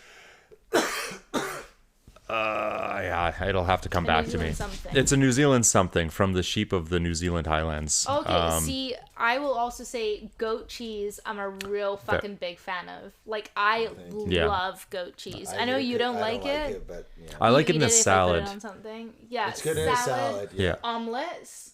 that's true. Oh yeah, that's true. I was a little bit tipsy last night, and I made Derek and I omelets at like 10:30, Right on. 11. It was Nice. midnight? Okay. I made his omelets at midnight.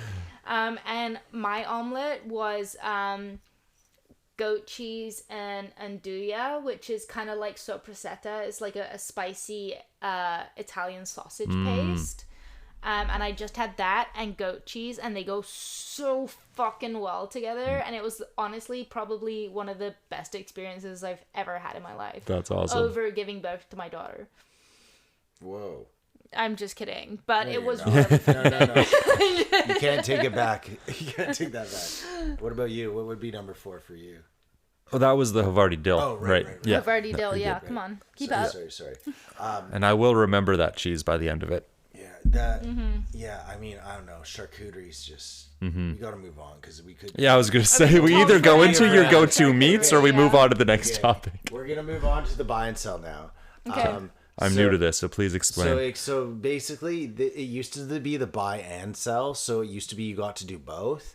But what we found was it's more effective to do the buy or sell. And your buy or sell is literally anything. Like if you want to say, like for example, Something good or bad. That's like happened any in your week, so yeah. so mine is skinny nuo because basically, like, it's funny you walked in and said she's skinny last week. So just so you know, our week goes from Thursday to Thursday, so it's always this weird offset. But So you have your last weekend included. since last Pancake Friday, a lot of people, and even proof of the point was you, have said Nuo's got skinny. So my buy of the week last week was skinny Nuo, whereas Neve's last week was Sarah's surprise birthday party. So we both had buys, but and that's what it is. It can be as simple as my buy of the week is I got to have Roger on the pod, or it can be like anything. It's just that, or sell is the opposite. Like, I'm pissed off at traffic and I want to sell that. So, I gotcha. Yeah. Okay. So I don't know. Does anyone have one off their head? Roger, you might need a moment. Neve, do you have one? Yeah, the sell of the week. Yesterday, Juliet bit me. Oh. In the shoulder. Yeah, And she's got a lot of teeth now. She, like, pretty much almost all of them. I think she's getting her last couple right now. But I was like getting her ready for bed, and I was like putting her PJs on. I'd already changed her diaper, and I like lifted her up to kind of like button up her PJs, and she hugged me, and I was like, oh, this is so cute, she's hugging me. And then she like chomped down so fucking hard on my shoulder, and I was like, you can't bitch slap your baby. Like, that's just like not something you can do. So you have to be like, you have to be a parent in that moment, right? And I'm like, what the fuck? You just bit me? But also, like, it's my child. you just bit me, no biting. And I was doing the dish or something. Yeah. she's at this point where she thinks it's like really fucking funny if I hurt myself, or like the reaction is literally like bonked my head and I'm like, ow, and she's like, ha ha ha ha. I'm like, you fucking asshole. So she thinks it's funny if I hurt myself, or if she hurts she you. Also, she thinks it's like she's being like, she's testing the boundaries, right? So she's trying to be a little bit naughty, and if I like get stern with her, she thinks it's funny, and I'm like, bitch. Yeah. Like, bitch, this is not funny. But also because she thinks that, it's really hard for me not to laugh. Right. So you have to like put this like stern parent face on where you're like, don't laugh, don't laugh, don't laugh, and like tell her off. But then me and Derek will like come and giggle. Yeah, about you'll it laugh later. about it afterwards. That's the hardest thing, is realizing like the things that I laugh at naturally are bad habits for her. Yeah. Like, like I would laugh, like you laugh at your partner being bit by the kid, but if you laugh, then they're gonna They do it think again. They know it's funny, so Yeah. it's like, oh, Dad laughs when I do this, Yeah. so I'm gonna keep doing it. Or if they learn swear words and you react, and it's like, Yeah. now she's just gonna swear all the time. Exactly, Yeah, exactly. yeah. We're trying really hard not to swear around her at the Fair. moment, and it's hard. difficult though. It's difficult. I've now started, because I would swear a lot, right? It's very No, English you? thing to swear. ass bear. But I'm like, I'm sat at my work desk, and if I fuck something up, I'm like, oh fuck, and I say it out loud. But now I've changed it to oh fudge. But my coworkers think it's hilarious, because I'll just be like sat at my desk and be like, fudgesicles, and they're just like, what? Like, who have you turned into? What does your mom say for when she swears? There's like, She says if she wants to say shit, she says like sugar honey iced tea. but it's like natural. If she wants to It's say, like, she says if she wants to say fuck, it's 4 cakes and a currant bun. She goes, 4 cakes and a currant bun. Yeah, and there's but that's another like one. that's how I've learned Yeah, it. So yeah. like you just Another make one. something stupid. No, there's another one she says that is like, I can't remember it now, but yeah, I get what 4 she's. cakes and a currant bun, sugar honey iced tea. She says. There is something else she says too. She's messaged a me. pro at swearing, not there's- swearing. she's gonna hear this eventually. Yeah. Neve's mom listens to every episode, but it's way behind. Like Yeah. 9 hours behind. Yeah. No, that's no, ahead. No, like. Oh, like do you want to 9 hear? weeks behind. Oh, No, okay. No, it's like 2 weeks behind. Okay, But it's a do you know lot. what she told me the other day? But That we should call our rap that we do. You know, we do like we do the our rap freestyle songs. rap. She said we should call it C rap. Crap. Yeah. yeah, we should. It is that. It is that. Yeah. It is C-rap. The rap, I gotta bring this up actually. The rap got us monetized, or not monetized, got us canceled. Canceled on Yeah, YouTube. but I was telling Roger, like, the algorithm canceled us, so We that's put some step sick one. beats on We're there, basically yeah. famous because the algorithm canceled us. You're on the radar now. Yeah, by my standard, this is so far above where I thought it should be. Okay, do you have a buy or sell? Yeah, I guess since I was on call and I didn't really have much of a life until today, Yeah. my only sell would be that brief stint of bad weather. It really took Oh, the yeah, that sails did out of summer. Fucking suck, Yeah, right? so it sucked, but I guess I can buy that this weekend is going to be pretty sexy. Yeah, it's gonna be so sexy. This Like fucking 5 fists in the pussy sexy. holy. Sorry, that was really explicit for our podcast. It's a lot of I'm so fists. sorry. I mean, I didn't know you were that passionate about the weather. Holy. Okay. Well, Neve's. My Well, I guess that's apologies. better than saying fuck is 5 fists in the pussy.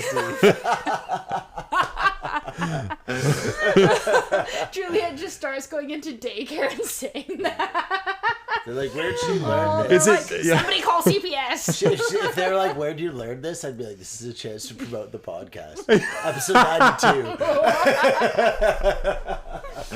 Listen to the very end. Who allowed us to be parents? So don't fucking Well, matter. I always optimistically say when it rains in the middle of the summer, I'm like, well, at least it's because the trees need It's good for the water. fires. But it's a bullshit thing. That's what you happens say. when you're over 30. Yeah. It's a bullshit thing you say to get over it. Yeah. All right, well, my buy of the week is Roger being on the pod. Roger, you are our first guest on literally Pancake Friday, which is like ever. Hell yeah. Just so you know, we have. So I'm. We don't do guests. No, but we did you.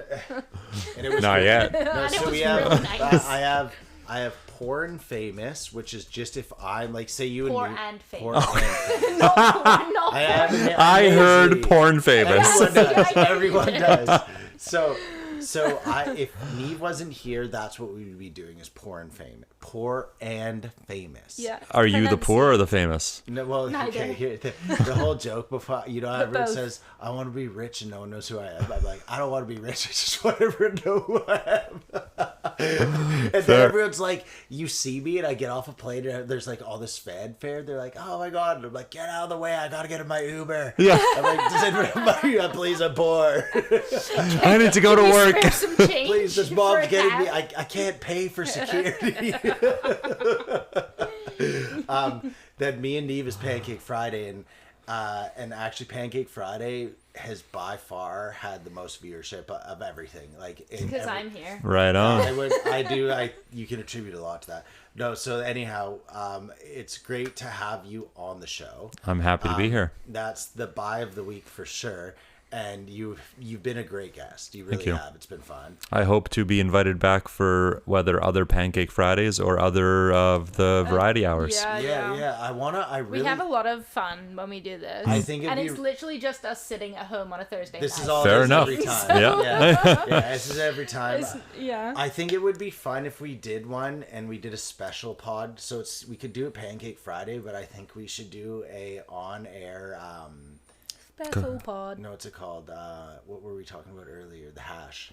Oh, bullshit. hash Got a little off. cooking show. Yeah, if we did a Little little hash off. Yeah, I would totally do a hash off. Hashtag hash off. Hashtag hash off. Hash. Oh, wow. That's going to get us famous, Roger. Oh, yeah. Anyone have anything else to say before we go? Titties. Sex, drugs, rock and roll, baby. That was it. Boop.